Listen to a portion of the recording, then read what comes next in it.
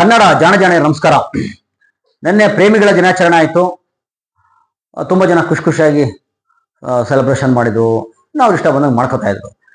ಆದರೆ ಇದನ್ನ ಈ ಒಂದು ರೀತಿ ಸಂಪ್ರದಾಯವಾದಿಗಳು, ಸನಾತನವಾದಿಗಳು ಮುರಿತಾರೆ, ನಮ್ದಲ್ಲ ಅಂತ ಹೇಳ್ತಾರೆ. ಅದು ಹೊಸ್ತಲ್ಲ. ಕೆಲವು ವರ್ಷಗಳ ಹಿಂದೆ ಈ ಪ್ರಮೋದ್ ಮುತಾಲಿಕ್ ಇದ್ದಾನಲ್ಲ, ಇವನ ಬೆಟಾಲಿಯಂಗಳು, ಇವನ ಒಂದಷ್ಟು ಈ ಟೀಮ್ನವರು ಕೂತಿಗೆ ಸ್ಟಾರ್ಟ್ ಹಾಕೊಂಡಿದ್ರು. ಅಂದರೆ ಎಲ್ಲರ ಪಾರ್ಕಲ್ಲಿ ಹುಡುಗಿ ನೋಡ್ಬಿಟ್ರೆ ನಾವು ತಾಳಿ ಕಟ್ಟಿಸ್ಬಿಡ್ತೀವಿ, ಮದುವೆ ಮಾಡಿಸ್ಬಿಡ್ತೀವಿ, ಈ ಥರ ಎಲ್ಲ ಬೆದರಿಕೆ ಕೊಡ್ತಾ ಇದ್ರು.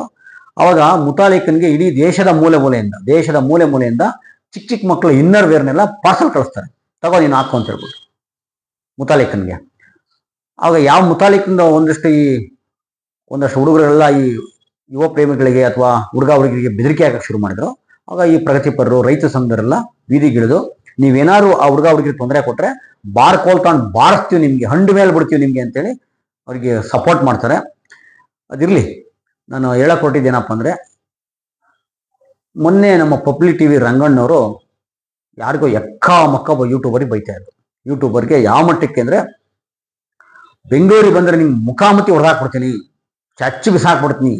ಏನಪ್ಪ ರಂಗಣ್ಣವರು ಕಾನೂನು ಕೈ ತಗೋತಾವ್ರೆ, ಇವರೇ ಹೋಗಿ ಮುಖಾಮುಖಿ ಹೊಡೆದಾಕ್ತೀನಿ ಮಾತಾಡ್ತಾವ್ರಲ್ಲ, ಯಾಕೆ, ಯಾರ ಬಗ್ಗೆ ಮಾತಾಡ್ತಾವ್ರೆ ಅಂತ ಅಂದರೆ, ದೇಶದ ಅತ್ಯಂತ ಶ್ರೇಷ್ಠ ಯೂಟ್ಯೂಬರ್ ಅಂತ ಬಿರುದಾಂಕಿತ ಅಂತವನಿಗೆ.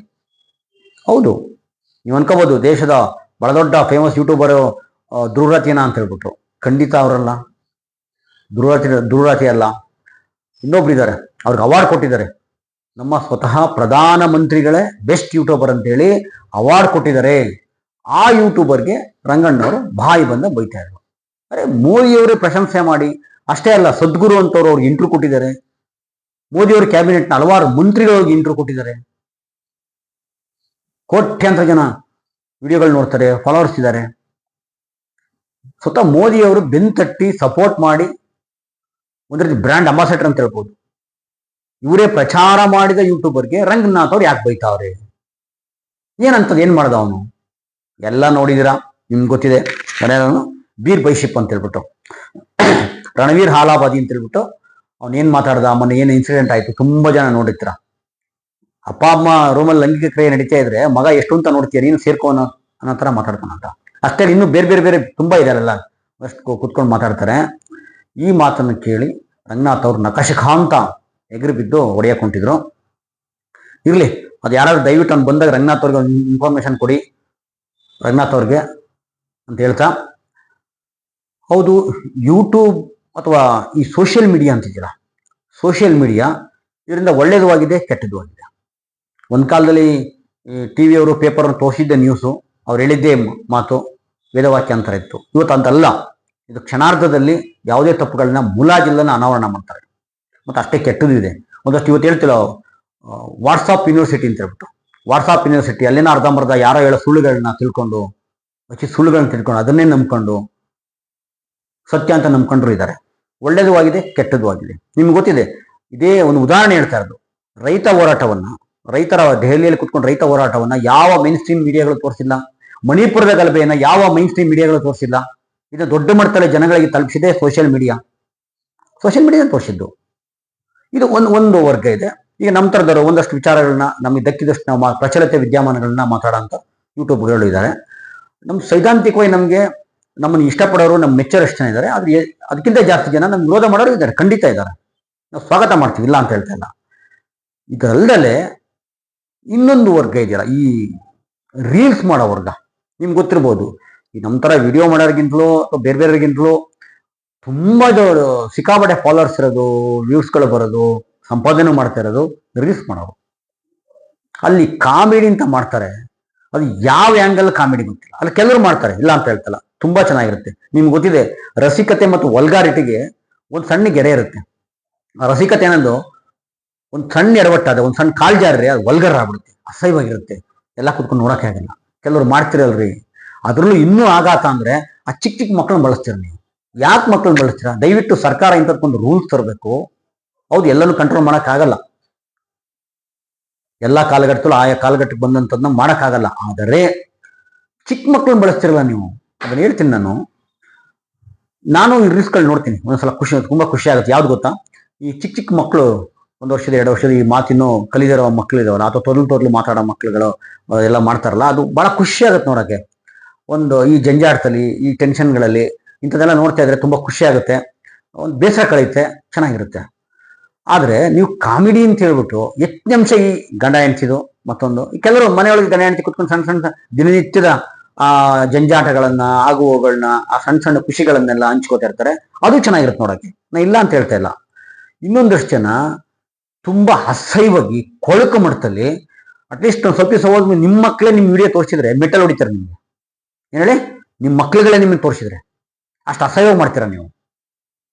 ಏನ್ರಿ, ನಿಮ್ಗೊಂದು ಹೇಳಿದ್ನಲ್ವಾ, ಈಗ ಇಷ್ಟು ಕೊಳಕ್ ಮಟ್ಟದಲ್ಲಿ ಮಾಡ್ಬೇಕಾದ್ನಲ್ಲ. ಮತ್ತೆ ನಿಮ್ ಮಕ್ಳುಗಳು ಬಳಸ್ತಿರಲ್ಲ, ಚಿಕ್ಕ ಚಿಕ್ಕ ಹುಡುಗರನ್ನೆಲ್ಲ, ಓದೋ ಹುಡುಗರನ್ನೆಲ್ಲ, ಅವ್ರಿಗೇನಾಗುತ್ತೆ ಅಂದ್ರೆ ಒಂದ್ ಸಣ್ಣ ಮಟ್ಟ ಜನಪ್ರಿಯ ಆಗಿರ್ತಾನ ನೋಡಿ.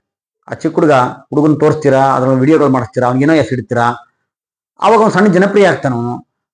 ಅವನಿಗೆ ವಿದ್ಯೆನೂ ತಲೆ ಹೊತ್ತಲ್ಲ. ಅವಾಗ ಸುತ್ತ ಒಂದಷ್ಟು ಜನ ಗುರುತಾಕ್ಷರ ಸ್ಟಾರ್ಟ್ ಮಾಡ್ತಾರೆ.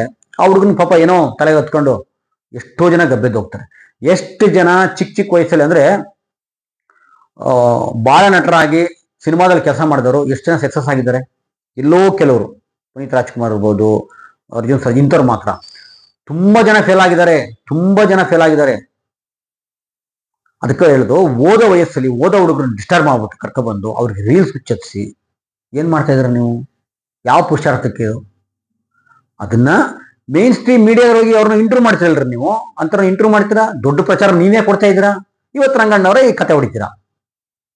ನಾನು ಯಾಕೆ ರಂಗಣ್ಣವ್ರದ್ದು ಇದೆಲ್ಲ ಹೇಳಿದೆ ಅಂದ್ರೆ, ಮೇನ್ ಸ್ಟ್ರೀಮ್ ಮೀಡಿಯಾ ಅವ್ರನ್ನೆಲ್ಲ ಕುತ್ಕೊಂಡು ಇಂಟರ್ವ್ಯೂ ಮಾಡ್ತಾರಲ್ಲ ನೀವು ಕರ್ಸ್ಕೊಂಡು, ಯಾವ ಪುರುಷಾರ್ಥಕ್ಕೆ? ನಾನು ರೀಲ್ಸ್ ಮಾಡೋದು ತಪ್ಪು ಅಂತ ಹೇಳ್ತಾ ಇಲ್ಲ, ಮಾಡಿ, ಮನರಂಜನೆ ತುಂಬಾ ಇದೆ. ನಾನು ನೋಡಿದೀನಿ ಕೆಲವು ಬೇರೆ ಬೇರೆ ಕನ್ನಡದಲ್ಲಿ ಕಮ್ಮಿ, ಅದು ಇಂಗ್ಲೀಷಲ್ಲಿ ಅಥವಾ ಇಂಗ್ಲೀಷಲ್ಲಿ ಜಾಸ್ತಿ ಮಾಡ್ತಾ ಇರ್ತಾರೆ, ಅಥವಾ ಹಿಂದಿಯವ್ರು ಮಾಡ್ತಾ ಇರ್ತಾರೆ. ಯಾವ್ದೋ ಪಾರ್ಕಲ್ಲಿ ಹೆಣ್ಮಕ್ಳು ಇರ್ತಾರೆ, ಒಬ್ಬ ಬರ್ತಾನೆ, ಏನೋ ಒಂದು ಸಣ್ಣ ರೇಸೋದು, ಒಂದು ತಮಾಷೆ ಮಾಡೋದು, ಮಜಾ ಇರತ್ತೆ ನೋಡಕ್ ಅದೆಲ್ಲ. ಆದ್ರೆ ನೀವು ವಲ್ಗರಾಗಿ ಮಾಡ್ತಿರಲ್ಲ. ಒಂದು ಹುಡುಗ, ಒಂದು ಗಂಡ ಹೆಂಡ್ತಿ ಅಂತ ಇಟ್ಕೊಳೋದು. ಆ ಇನ್ನೊಬ್ರು ಒಂದಷ್ಟು ಜನ ನೋಡ್ಬೇಕಾಗಿತ್ತು, ವೇಷವಾಟಿಕೆಲ್ಲ ತೋರಿಸ್ತಾ ಇರ್ತಾರೆ. ಅಂದ್ರೆ ಇವರೇ ಕ್ರಿಯೇಟ್ ಮಾಡೋದು, 1 ಗಂಟೆಗೆ ಎಷ್ಟು, 1 ರಾತ್ರಿಗೆ ಎಷ್ಟು, ಇದನ್ನೆಲ್ಲ ನೀವು ಕ್ರಿಯೇಟ್ ಮಾಡಿ ತೋರಿಸ್ಬೇಕಾ? ಇದು ಏನ್ ಸಂದೇಶ ಕೊಡ್ತೀರಿ? ಇದು ನಗಿಸ್ಬೇಕು ಅಂದ್ರೆ ಇಷ್ಟು ಅಸಹ್ಯ ನಗಿಸೋದ? ಯಾಕೆ ನಿಮ್ಗೆ ಒಬ್ಬ ಮಿಸ್ಟರ್ ಬೀನ್ ಸ್ಫೂರ್ತಿ ಆಗಲ್ಲ?